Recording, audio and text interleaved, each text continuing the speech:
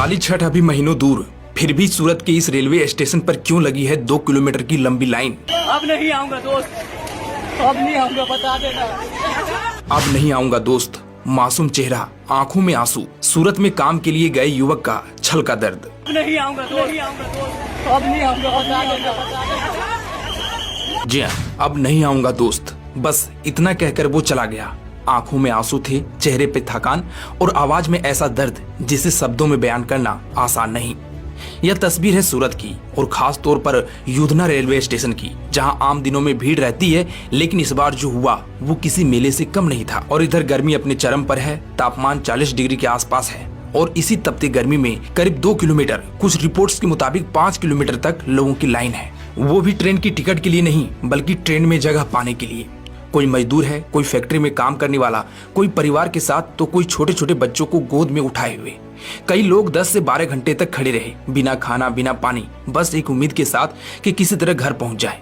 आप अंदाजा लगाइए कि जहां एक डिब्बे में 100 लोग बैठ सकते हैं, वहां 400 से 500 लोग ठूसे जा रहे थे।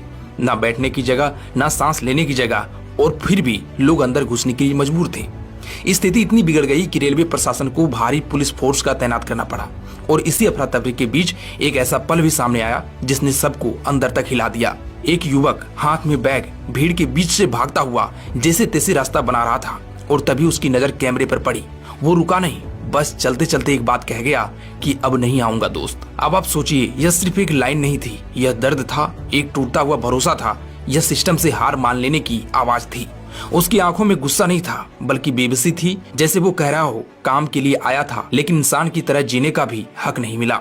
सूरत वो शहर जो लाखों लोगों को रोजगार देता है, जहां बिहार, उत्तर प्रदेश, झारखंड, हर राज्य से लोग आते हैं अपने सपनों को पूरा करने के लिए।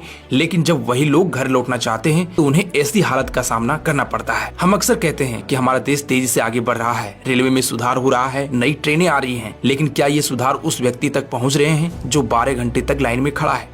वहीं इस घटना का वीडियो सोशल मीडिया पर तेजी से वायरल हो गए। लोगों ने सवाल उठाए तो कुछ ने कहा ये ऐसा तो हर साल होता है। जी हाँ, ये कोई पहली बार नहीं हुआ। हर साल छुट्टियों के मौसम में, शादी के सीजन में ऐसी भीड़ देखने को मिलती है। फिर भी हर बार हम तैयार क्यों नहीं होते? हालांकि स्थिति बिगड़ने के बाद भारतीय रेलवे ने कदम उठाया, अतिरिक्त स्पेशल ट्रेन चलाई गई और अधिकारियों के मुताबिक करीब 23,000 यात्रियों को यात्रा कराई गई। रात 9:40 में और फिर 11:30 बजे 2 और स्पेशल ट्रेन चलाई गई, जिससे कुछ हद तक स्थिति कंट्रोल में आई। लेकिन सवाल अभी भी बाकी है। वो युवक जिसने कहा कि अब नहीं आऊंगा दोस्त, वो अकेला नहीं है। उसके जैसे हजारों लोग हैं जो हर दिन अपने परिवार से दूर शहरों में काम करते हैं। वो क्या सोचते होंगे कि यह शहर हमें काम देता है लेकिन सम्मान नहीं। उसकी आवाज आज भी गूंज रही है कि अब नहीं आऊंगा दोस्त। लेकिन सवाल यह है कि क्या सच में वो नहीं आएगा या फिर मजबूरी उसे फिर से सूरत खींच लाएगी? ऐसे में यह सिर्फ एक खबर नहीं है, एक ये आईना है जो हमें दिखाता है कि विकास के रास्ते पर हम कुछ लोगों को पीछे छोड़ रहे हैं। वैसे आप इस पर क्या कहना चाहेंगे? कमेंट बॉक्स में जरूर बताएं।